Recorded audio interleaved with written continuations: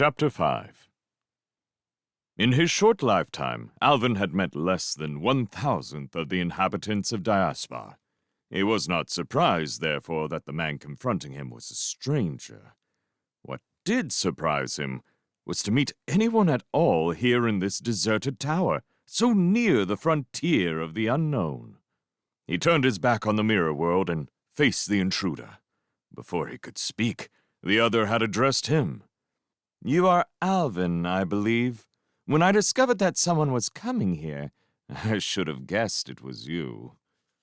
The remark was obviously not intended to give offense.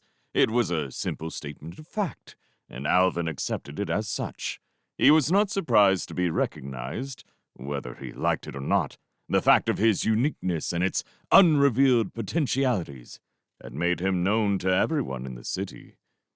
"I am Kedron," continued the stranger, as if that explained everything. "They call me the Jester." Alvin looked blank, and Kedron shrugged his shoulders in mock resignation. Such is fame. Still, you are young, and there have been no jests in your lifetime. Your ignorance is excused."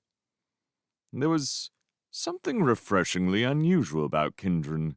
Alvin searched his mind for the meaning of the strange word, jester. It evoked the faintest of memories, but he could not identify it. There were many such titles in the complex social structure of the city, and it took a lifetime to learn them all. "Do you often come here?" Alvin asked, a little jealously. He had grown to regard the Tower of Loran as his personal property, and felt slightly annoyed that its marvels were known to anyone else. But had Kedron, he wondered, ever looked out across the desert, or seen the stars sinking down into the west?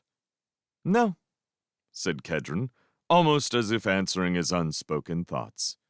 "I have never been here before, but it is my pleasure to learn of unusual happenings in the city, and it is a very long time since anyone went to the Tower of Loran." Alvin wondered fleetingly how Kedron knew of his earlier visits, but quickly dismissed the matter from his mind. Diaspar was full of eyes and ears, and other more subtle sense organs which kept the city aware of all that was happening within it. Anyone who was sufficiently interested could no doubt find a way of tapping these channels. "Even if it is unusual for anyone to come here," said Alvin, still fencing verbally, "why should you be interested?" "Because in Diaspar," replied Kedron, "the unusual is my prerogative. I had marked you down a long time ago. I knew we should meet someday. After my fashion, I, too, am unique. Oh, not in the way that you are. This is not my first life. I've walked 1,000 times out of the Hall of Creation. But somewhere, back at the beginning, I was chosen to be Jester. And there is only one Jester at a time in Diaspar. Most people think that one is too many." There was an irony about Kedron's speech that left Alvin still floundering. It was not the best of manners to ask direct personal questions, but, after all, Kedron had raised the subject. "I'm sorry about my ignorance," said Alvin. "But what is a jester, and what does he do?" "You ask what?" replied Kedron, "so I'll start by telling you why. It's a long story, but I think you will be interested." "I am interested in everything," said Alvin, truthfully enough. "Very well. The men, if they were men, which I sometimes doubt, who designed Diaspar had to solve an incredibly complex problem. Diaspar is not merely a machine, you know. It is a living organism, and an immortal one. We are so accustomed to our society that we can't appreciate how strange it would have seemed to our first ancestors. Here, we have a tiny, closed world which never changes except in its minute details, and yet which is perfectly stable age after age. It has probably lasted longer than the rest of human history, yet In that history, there were, so it is believed, countless, thousands of separate cultures and civilizations which endured for a little while and then perished. How did Diaspar achieve its extraordinary stability? Alvin was surprised that anyone should ask so elementary a question, and his hopes of learning something new began to wane. Through the memory banks, of course, he replied. Diaspar is always composed of the same people, though their actual groupings change as their bodies are created or destroyed. Kedron shook his head. That is only a very small part of the answer. With exactly the same people, you could build many different patterns of society. I can't prove that, and I have no direct evidence of it, but I believe it's true. The designers of the city did not merely fix its population. They fixed the laws governing its behavior. We're scarcely aware that those laws exist, but we obey them. Diaspar is a frozen culture, which cannot change outside of narrow limits. The memory banks store many other things outside the patterns of our bodies and personalities. They store the image of the city itself, holding its every atom rigid against all the changes that time can bring. Look at this pavement. It was laid down millions of years ago, and countless feet have walked upon it. Can you see any sign of wear? Unprotected matter, however adamant, would have been ground to dust ages ago. But as long as there is power to operate the memory banks, and as long as the matrices they contain can still control the patterns of the city, the physical structure of Diaspar will never change. But there have been some changes, protested Alvin. Many buildings have been torn down since the city was built, and new ones erected. Of course, but only by discharging the information stored in the memory banks and then setting up new patterns. In any case, I was merely mentioning that as an example of the way the city preserves itself physically. The point I want to make is that in the same way, there are machines in Diaspar that preserve our social structure. They watch for any changes and correct them before they become too great. How do they do it? I don't know. Perhaps by selecting those who emerge from the Hall of Creation. Perhaps by tampering with our personality patterns. We may think we have free will, but can we be certain of that? In any event, the problem was solved. Diaspar has survived and come safely down the ages, like a great ship carrying as its cargo all that is left of the human race. It is a tremendous achievement in social engineering, though whether it is worth doing is quite another matter. Stability, however, is not enough. It leads too easily to stagnation, and thence to decadence. The designers of the city took elaborate steps to avoid this, though these deserted buildings suggest that they did not entirely succeed. I, Kedron the Jester, am part of that plan.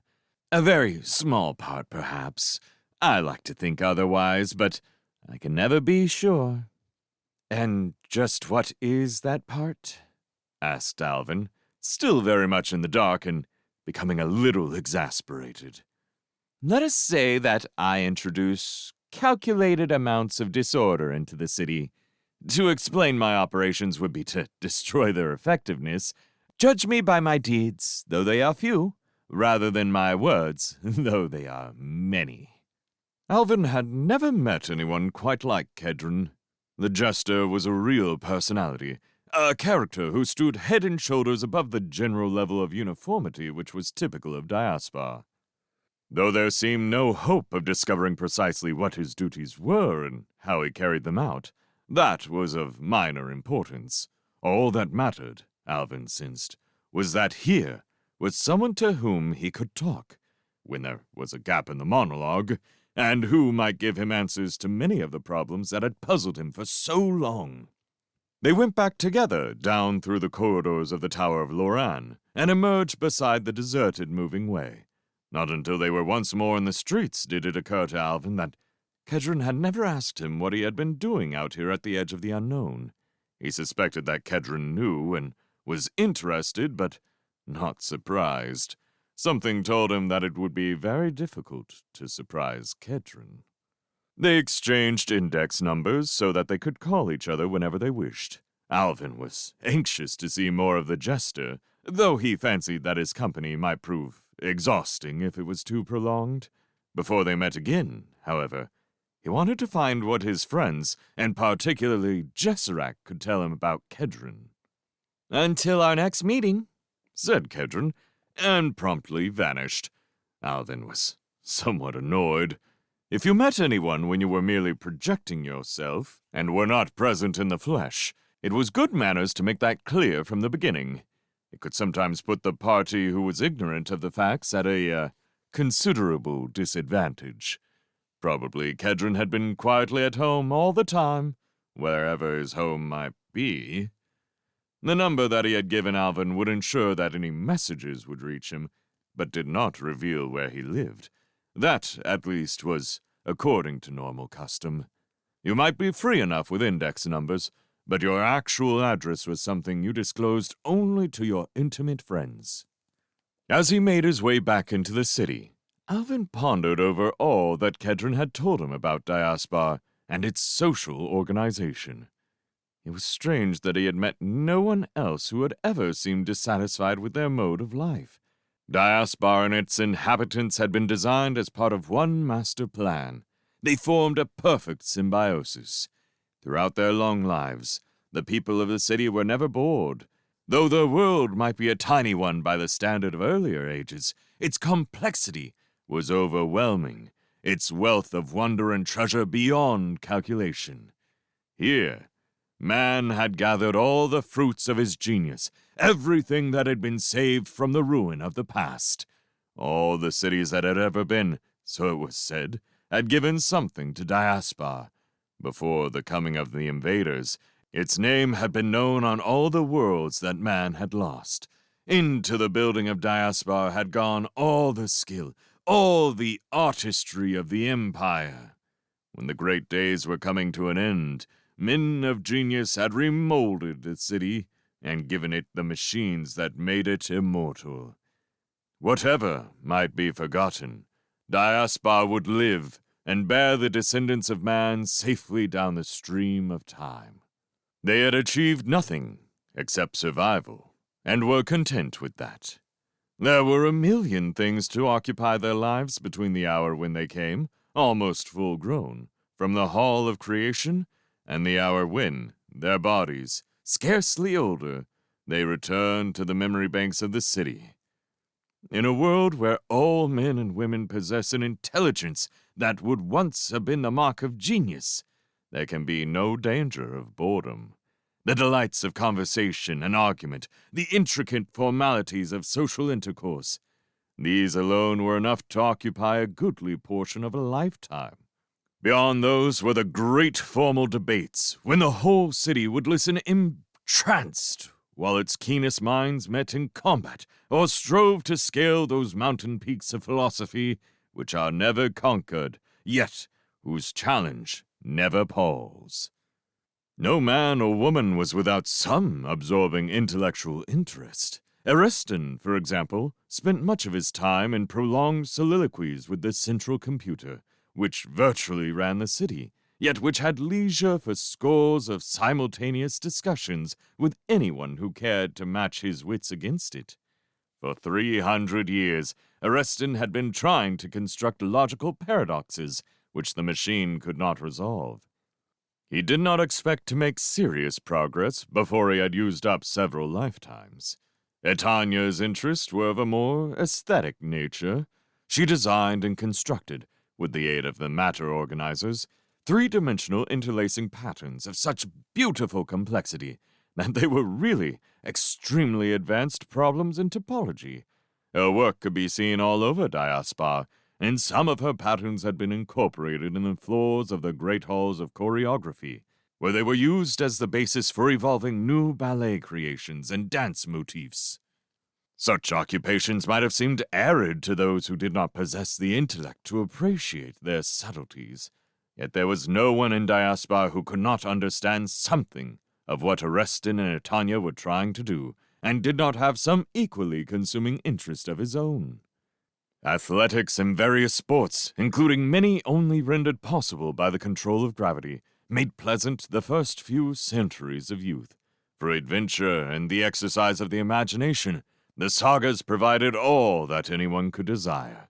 They were the inevitable end product of what striving for realism, which began when men started to reproduce moving images and to record sounds, and then to use these techniques to enact scenes from real or imaginary life. In the sagas, the illusion was perfect, because all the sense impressions involved were fed directly into the mind, and any conflicting sensations were diverted. The entranced spectator was cut off from reality, as long as the adventure lasted. It was as if he lived a dream, yet believed he was awake. In a world of order and stability, which in its broad outlines had not changed for 1,000,000,000 years, it was perhaps not surprising to find an absorbing interest in games of chance. Humanity had always been fascinated by the mystery of the falling dice, the turn of a card, the spin of the pointer. At its lowest level, this interest was based on mere cupidity, and that was an emotion that could have no place in a world where everyone possessed all that they could reasonably need. Even when this motive was ruled out, however, the purely intellectual fascination of chance remained to seduce the most sophisticated minds. Machines that behaved in a purely random way, events whose outcomes could never be predicted, no matter how much information one had. From these, philosopher and gambler could derive equal enjoyment. And there still remained for all men to share the linked worlds of love and art. Linked, because love without art is merely the slaking of desire, and art cannot be enjoyed unless it is approached with love. Men had sought beauty in many forms, in sequences of sound, in lines upon paper, in surfaces of stone, in the movements of the human body, in colors ranged through space. All these media still survived in Diaspar, and down the ages others had been added to them. No one was yet certain if all the possibilities of arts had been discovered, or if it had any meaning outside the mind of man. And the same was true of love.